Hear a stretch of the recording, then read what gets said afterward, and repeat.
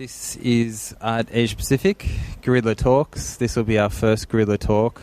The Guerrilla Talks are just conceived as very short, 15 to 20-minute chats with a host of artists, curators, architects, designers, collectors, and so on. They'll be continuing from today through to Sunday afternoon as well, between 1 and 4:30 every day. Our first Guerrilla talker, who has agreed to come down today, is Subodh Gupta. The talks are really informal, so it's not really an interview as such, it's a kind of conversation. And we haven't actually had a good chance to talk, so there's lots of questions I have. Okay, sounds good. I'm going to start actually with a big question. I think much of your best known work at the moment and the use of the sort of tiffin containers and these sorts of repeated objects, for me at least, there's some sort of tension between the everyday on the one hand and the monumental on the other.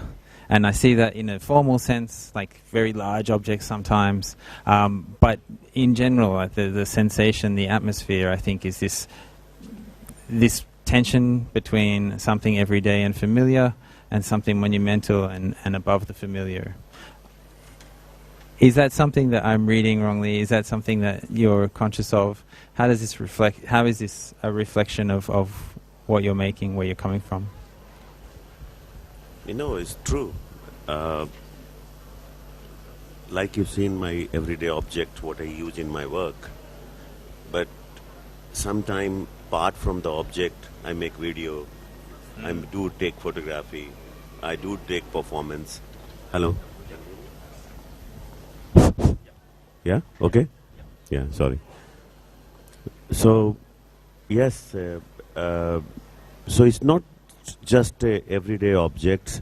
Of course, that's my main, because where I'm coming from, and I feel I'm able to handle that material well. That's why I touch that object, and that's why I do it things.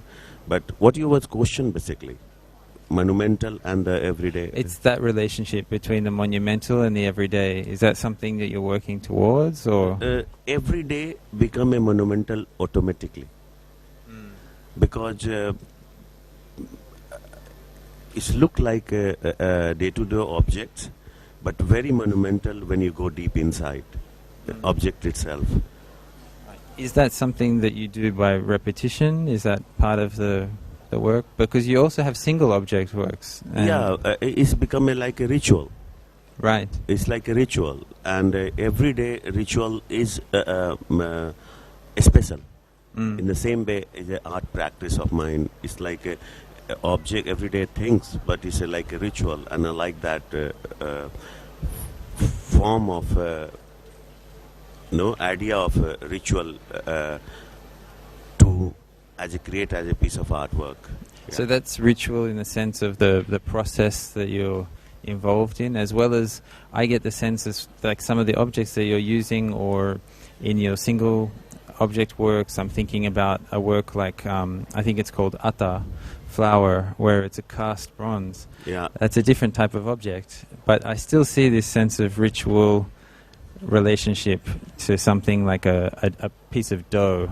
Yeah, that dough piece, actually, in India especially, the street food, the dough has a big role to play for bread, no? And when they kept it in the big plate, that dough, and the way dough you basically when you use it with the hand and try to make it, and I like that aspect. It look like exercise, and that exercise, that ritual, dough has to be reach in the certain point to make that bread. So So that's I like it, no? Yeah. And when I saw that ritual of doing the dough, like with the hands, kneading it and putting the water, and it's like exercise, and that exercise is like also in the artwork, no? And that's why I decided to cast the dough. Right. Yeah. That's if you haven't seen the work. I'm talking about a work which is, at least when I've seen installation views of it, it's a table with what looks like a piece of dough that's being kneaded with flour around it. The dough is actually a bronze cast. Is that correct? But I sprinkle a little bit real flour on top of that, so make the little looks more realistic. So it looks like an everyday sort of everyday object, literally out of sort of everyday life, but it's also got a bronze cast. Yeah. When you're making these single object works, people have written about it as auratic, that there's some sort of aura of the object involved. What do you think about that? What kind of aura do you think is in, because there's very different works. You've got the dough sort of piece on the one hand, and then in this fair, for example, there's also a Jeff Koons puppy sort of box. They both have a kind of aura, but perhaps they work differently. Well, the dough piece, the object works, you know where it's coming from. But when you see the Jeff Koons puppy box, actually when I was traveling, I'm an artist, no? So I'm not stopping myself barrier. I have to do this only. So I'm free to do what I feel. And in that practice, when I was in a friend's home actually, and he was showing his collection to me. And when I saw that boxes, okay, what is this? He said, I bought the Jeff Koons puppy and it came in this box. Okay, really? And I was so shocked that artist made the box like a cigarette packet, like a Chanel bag, like a Gucci bag. And I was really so amazed that artist also made the box for their own work. And that shocks me and surprised me. And I thought, this box itself is a piece of artwork. And that the same day I decided I'm going to cast this box. Right. Yeah, so it's just, it's like one journey to Europe where you sit in the train and you look at the window passing through and you're writing the poetry. In the same way, sometimes art also take very differently in your life. Yeah. Can you just explain about the box? And you mentioned before, videos. I know that you have a background in painting originally. What's your process? Can I ask, do you take photos and then work from photos for some of your ideas, sketching, painting? How do they come together? I do take photographs all the time and work on the computer a little bit, and then project on the canvas, draw it. It's very simple. Right. But how much technology you can use, you do it. And are you painting much at the moment? Not so much actually, yes, but I never stop painting. My plan is not to show the painting right now, but yes, I will keep doing it. Okay. Last night, before we have to finish, last night you mentioned you have a large solo show coming up. Can you tell us a little bit about what you have in mind? This is the Kunsthalle Thun, where I'm having a show next year, 15th of Feb. But also they will have some of my earlier work in that show, and I will also creating some very new work. So half the show will be new. Yeah. Right. And you can't tell us anything about the new work, can you? No, because but you will when I will do it, you will know it's me. Okay. Yeah. Do you know? The question is, do you know what the new work will be? Yes. Okay. Very, but always you never whatever artist thinking to make it. Of course, you try to do that, but while doing it, it's always change. It's always move, and that's the excitement. That's the whole and yeah. So it's a question of watch this space, I guess.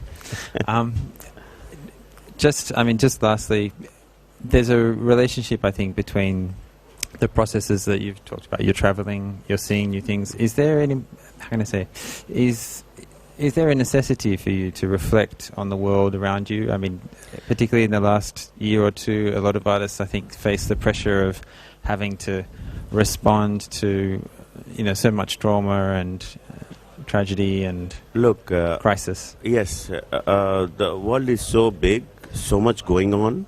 You can't able to capture every moment. You can't able to interfere every part of things. But there is a path. Like, of course, artists walk in their own path. But like scenery changes, the landscape changes while you're walking, but you're not changing. So whatever come within that, and you can't ignore that. So you go through it. Thank you very much. I think that's pretty much our time, or do we have a little bit more? Do you have a bit more? Yep. Are there any questions? Just, we hadn't quite planned on it, but if anybody has something to add to that? No? Okay, great. No, in that case, I might thank you very much. Thank you. We can stay on schedule that way. It's grueling. Hong Kong's like that. Yeah, no, I'd really like to thank you for sharing your process. No. If you're interested, there's 2 pieces by Subodh downstairs, so you can find them. Here on this level. Thank you. Thank you very much. Ooh.